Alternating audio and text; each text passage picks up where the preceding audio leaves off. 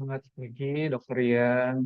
Selamat pagi untuk rekan-rekan residen semua, terutama untuk rekan-rekan peer group semester 4. Dalam kesempatan hari ini, saya Mufti Akbar akan mempresentasikan mengenai modul terkait tumor otak dan epilepsi.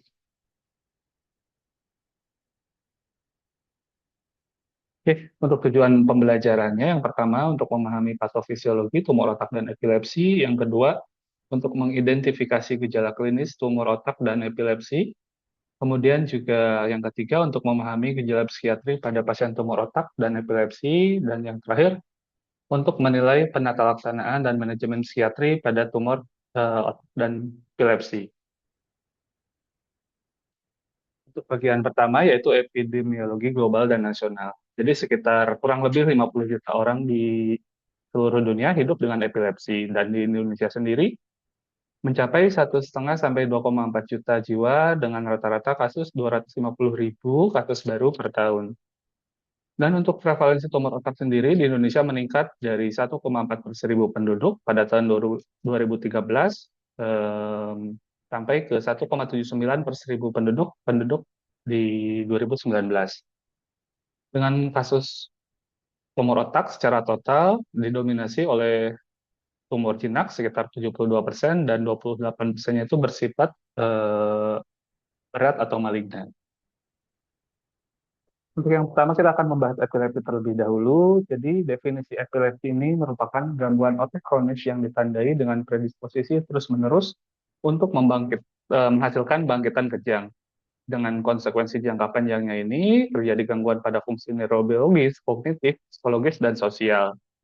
Nah, kejang yang terjadi akibat adanya sinkronisasi aktivitas listrik neuronal yang abnormal dan berlebihan di dalam otak. Nah, saat ini epilepsi dipahami sebagai penyakit jaringan atau network disease yang melibatkan perubahan sirkuit otak secara luas. Dan secara diagnosis, epilepsi ditegakkan dengan adanya minimal 2 bangkitan kejang tanpa provokasi dengan jarak lebih dari 24 jam.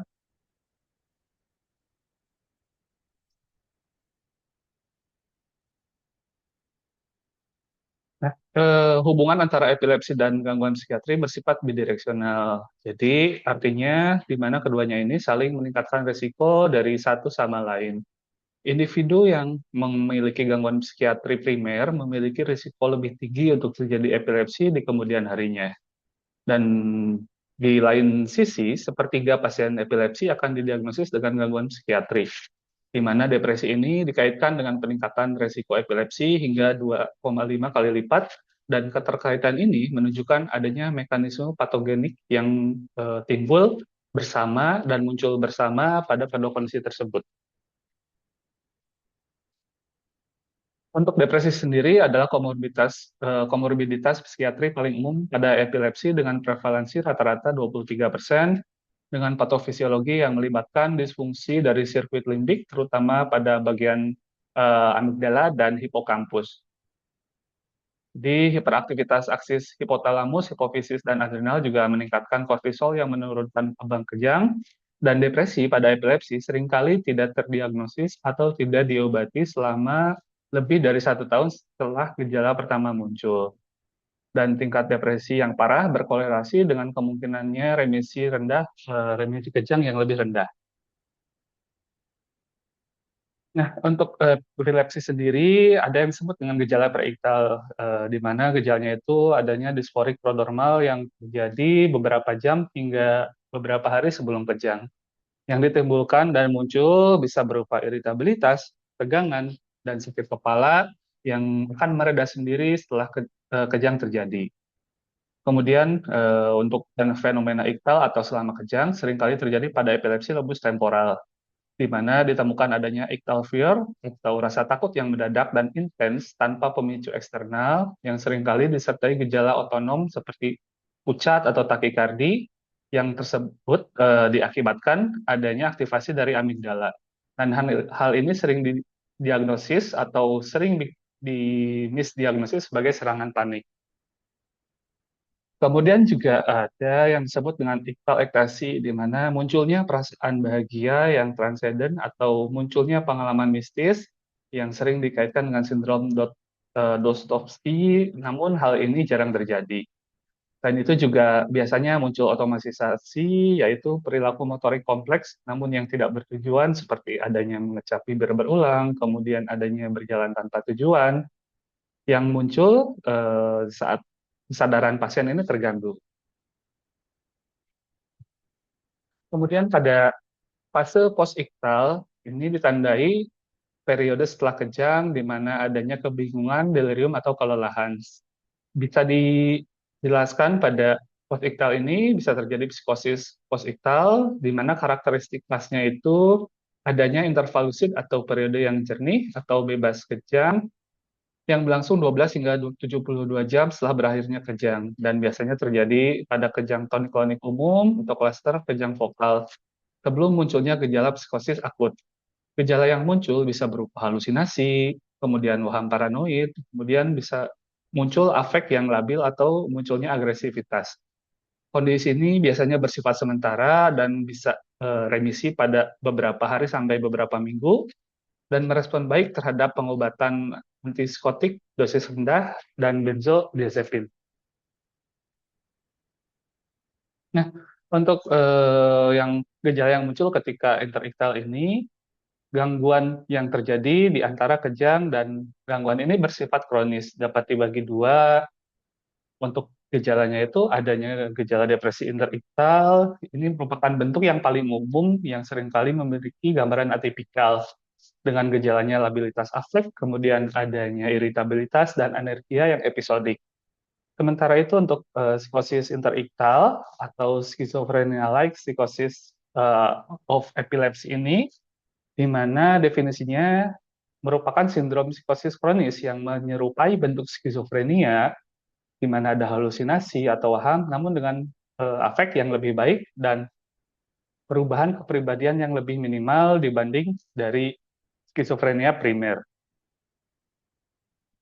Faktor-faktor risiko yang dapat mencetuskan, misalnya terjadinya epilepsi pada lobus temporal kiri, atau misalnya terjadinya sklerosis pada bagian temporal, kemudian onset epilepsi ini dimulai pada usia remaja.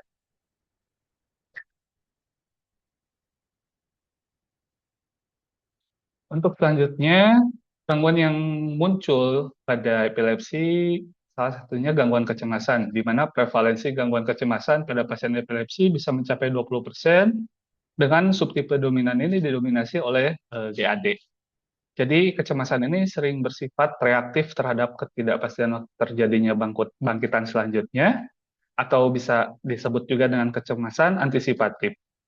Kemudian juga faktor psikososial seperti ketakutan akan cedera fisik saat kejang juga menjadi pendorong utama gejala ansietas muncul, dan kecemasan dapat muncul juga secara periiktal, yaitu bisa sebelum, selama, atau sesudah kejang akibat adanya perubahan pada neurokimiawi di otak. Untuk selanjutnya, gangguan psikotik juga bisa muncul pada epilepsi. Jadi, psikosis ini hampir pada 5,6 populasi yang mengalami epilepsi umum dan bisa meningkat sampai 7% pada epilepsi di regio lobus temporal. Dan ada fenomena forced normalization, yaitu di mana fenomena perbaikan kontrol kejang ini yang mendadak justru malah memicu untuk timbulnya gejala psikotik yang lebih parah.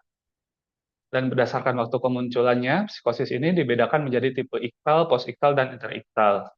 Untuk psikosis post-iktal sering ditandai dengan adanya halusinasi auditorik dan waham religius yang intens dan kuat, dan manajemen psikosis iktal ini berfokus pada optimalisasi obat anti kejang, bukan pemberian dari obat antipsikotik primer. Selain itu juga ada bentuk gangguan psikiatri lain yang disebut dengan konvulsi disosiatif atau psychogenic non-epileptic seizure yang biasa kita kenal dengan PINES. Jadi PINES ini merupakan gangguan fungsional disosiatif di mana pasien mengalami episode yang menyerupai kejang, adanya gerakan menyentak, ketidaksadaran. Namun pada pasien PINES ini tidak disertai pelepasan muatan listrik epileptiform di otak. Dan etiologinya sering dikaitkan dengan adanya riwayat trauma psikologis, adanya kekerasan seksual masa lalu, atau mekanisme coping yang maladaptif terhadap stres yang dialami. Kemudian untuk gejala klinisnya biasanya terjadi durasi yang lebih lama, lebih dari 2 menit, dengan mata yang tertutup, dan hal ini berbeda dengan kejang epilepsi umum, di mana biasanya matanya terbuka, kemudian juga adanya gerakan kepala yang menoleh ke kiri dan ke kanan, atau side to side, dan adanya gerakan panggul atau pelvic thrusting, dan vokalisasi selama kejang. Kemudian untuk video EEG ini merupakan standar emas dari diagnosis untuk PINES. Jadi diagnosis PINES ini ditegakkan bila serangan klinis ini terekam tanpa adanya korelasi perubahan irama EEG secara selama fase iktal. Nah, untuk perbedaan klinis dari epilepsi dan PINES sendiri, untuk onsetnya pada kejang epilepsi ini biasanya muncul tiba-tiba sering tanpa pemicu, sementara pada PINES ini sering dipicu adanya stres emosional dan ada audiens. Dan untuk dari mata sendiri, biasanya pada epilepsi ini terbuka dan deviasi ke satu sisi, namun pada PINES matanya ini lebih tertutup rapat dan terdapat resistensi ketika diberikan usaha untuk dibuka matanya. Selanjutnya juga untuk gerakan pada epilepsi, biasanya sinkron dari tonik hingga klonik. Untuk PINES sendiri biasanya asinkron, ada gerakan flailing, kemudian ada menggelengkan kepala ataupun panggul.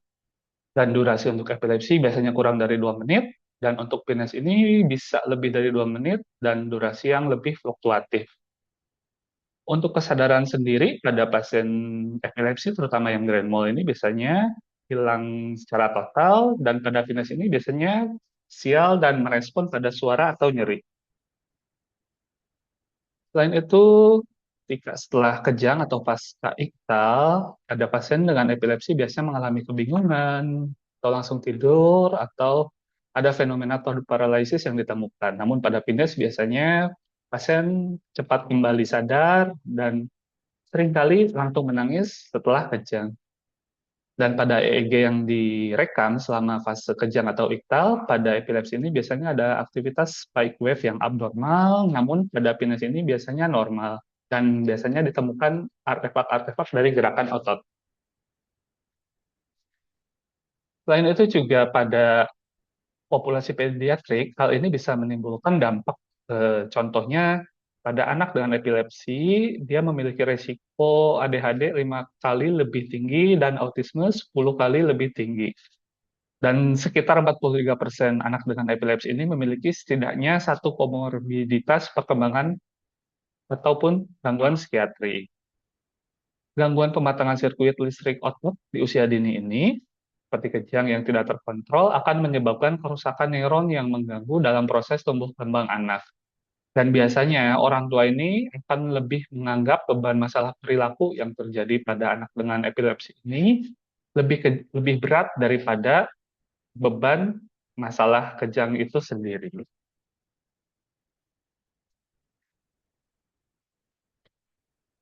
Selanjutnya kita membahas mengenai tumor otot. Jadi untuk tumor otak sendiri ini dibagi menjadi lokasi tumor dan perubahan neuropsikiatrinya.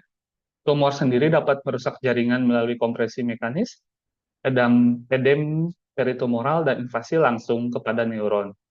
Gejala neuropsikiatri pada tumor otak sangat bergantung pada lokasi anatomi tumor dan jaringan saraf yang terganggu. Dan selain itu, untuk early warning sign ini biasanya ditandai dengan adanya perubahan kepribadian atau suasana hati, dan hal tersebut biasanya muncul sebelum gejala fisik yang primer ini terlihat.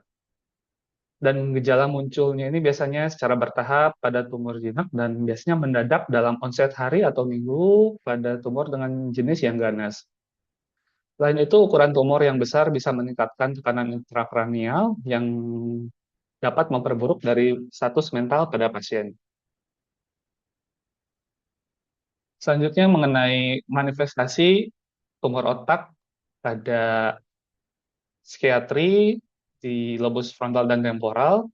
Di lobus frontal sendiri ini biasanya muncul gejala seperti apatis, disinhibisi, dan impulsivitas, di mana pada area prefrontal biasanya ditemukan adanya perubahan kepribadian total atau sindrom abulia. Dan pada lobus temporal biasanya ditemukan gangguan memori, gangguan auditorik, dan gangguan pengenalan emosi pada orang lain. Selain itu, gangguan pada amigdala di lobus temporal dapat memicu serangan panik akibat overstimulasi sirkuit rasa takut.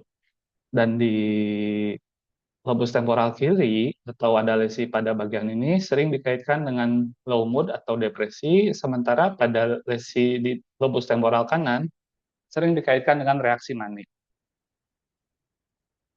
Sementara itu, pada lobus parietal, dia bisa menyebabkan gangguan pengolahan informasi, spasial, agnosia, dan apraksia.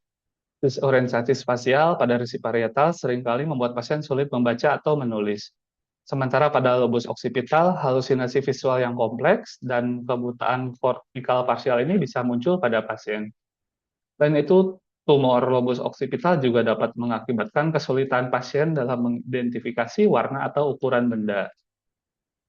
Dan pada cerebellum, lokasi tumor otak pada bagian ini bisa menyebabkan ataksia dan gangguan koordinasi motorik secara halus. Pada bagian area subkortikal di hipotalamus dan pituitari ini dapat mengganggu keseimbangan hormonal tubuh. Dengan manifestasi klinis yang muncul, biasanya terdapat fluktuasi suasana hati yang ekstrim, kemudian terdapat manik, depresi, dan gangguan libido. Selain itu, ketidakseimbangan hormon kortisol dapat memicu gejala Cushing dan iritabilitas. Tumor pada pituitari juga dikaitkan dengan kelelahan kronis dan gangguan tidur yang berat, dan keterlibatan hipotalamus dapat menyebabkan letargi dan penurunan reaktivitas sosial yang drastis. Nah, pertumbuhan tumor sendiri dapat memicu edem vasogenik akibat kebocoran cairan dari pembuluh darah yang rapuh. Dan gejala neuropsikiatri akibat peningkatan tekanan ini dapat meliputi adanya gejala kebingungan secara mental, kemudian iritabilitas, dan penurunan konsentrasi yang berlangsung secara progresif. Dalam konteks yang lebih berat, peningkatan TIK ini dapat berkembang menjadi delirium, kemudian adanya drowsiness, dan bisa berlanjut sampai ke koma.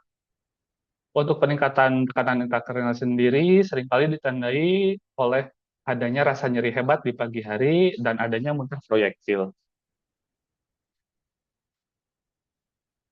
Selain itu, ada yang disebut dengan brain tumor delayed epilepsy, dan kasus ini sekitar 50-80% pasien yang mengalami tumor otak akan mengalami juga kejang sebagai salah satu gejala klinisnya, di mana kejang sendiri dipicu oleh perubahan lingkungan kimiawi seperti pH dan asam amino dan adanya iritasi pada jaringan peritumoral. Kejang pada pasien tumor seringkali menjadi faktor risiko utama disabilitas jangka panjang, dan hal ini akan memperburuk defisit kognitif dan meningkatkan kecemasan akan kematian pada penderita tumor otak. Diketahui tumor jinak seperti glioma derajat rendah memiliki risiko kejang lebih tinggi 60-75% dibandingkan dengan tumor yang lebih ganas. Selanjutnya kita akan membahas mengenai pendekatan diagnosis pada kasus tumor otak dan epilepsi melalui pendekatan diagnostik multidisiplin. Jadi, untuk tata laksana sendiri harus melibatkan intervensi dari beberapa tim, dari neurolog, kemudian psikiater, ahli bedah saraf, psikolog, dan terapis rehabilitasi. Dan kolaborasi tim ini bertujuan untuk memastikan deteksi dini, kambuhan tumor, atau munculnya tumor kembali melalui perubahan kognitif yang bisa muncul secara halus dan tidak terdeteksi. Evaluasi juga harus dilakukan secara berkala, misalnya pertama saat didiagnosis, kemudian sebelum atau sesudah dilakukan intervensi bedah, dan minimal dilakukan evaluasi ini selama setahun sekali. Selain itu juga dapat kita lakukan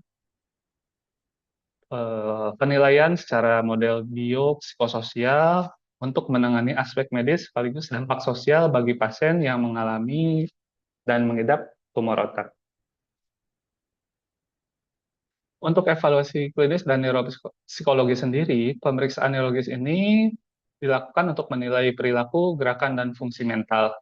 Jadi dengan wawancara psikiatri yang terstruktur ini menjadi gold standar untuk menegakkan diagnosis psikiatri.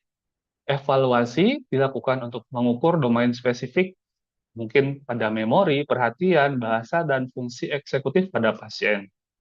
Dan yang jadi perhatian di sini adalah penilaian kognitif harus dilakukan dalam kondisi bebas dari efek samping obat atau dalam kondisi post-iktal.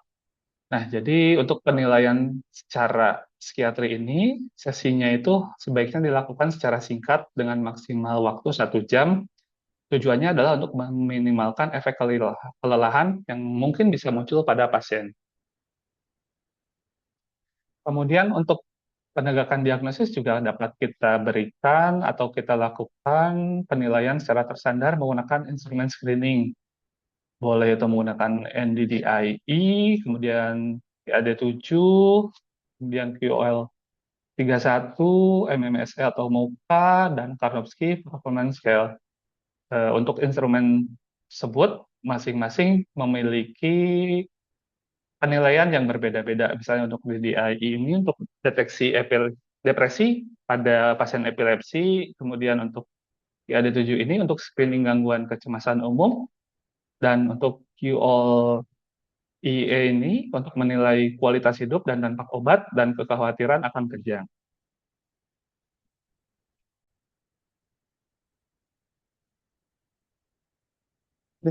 Sementara untuk MMSE dan MoCA dilakukan untuk screening fungsi kognitif global dan deteksi penurunan memori, dan untuk Karnofsky Performance Scale sendiri ini,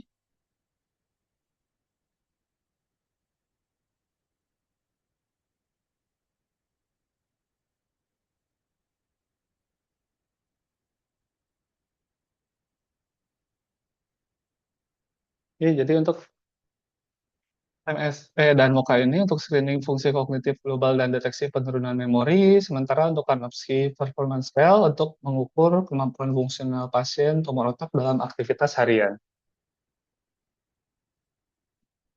Dan untuk neuroimaging dapat dilakukan MRI struktural yang menjadi gold standar untuk identifikasi massa tumor, kista, atau luasnya dalam otak.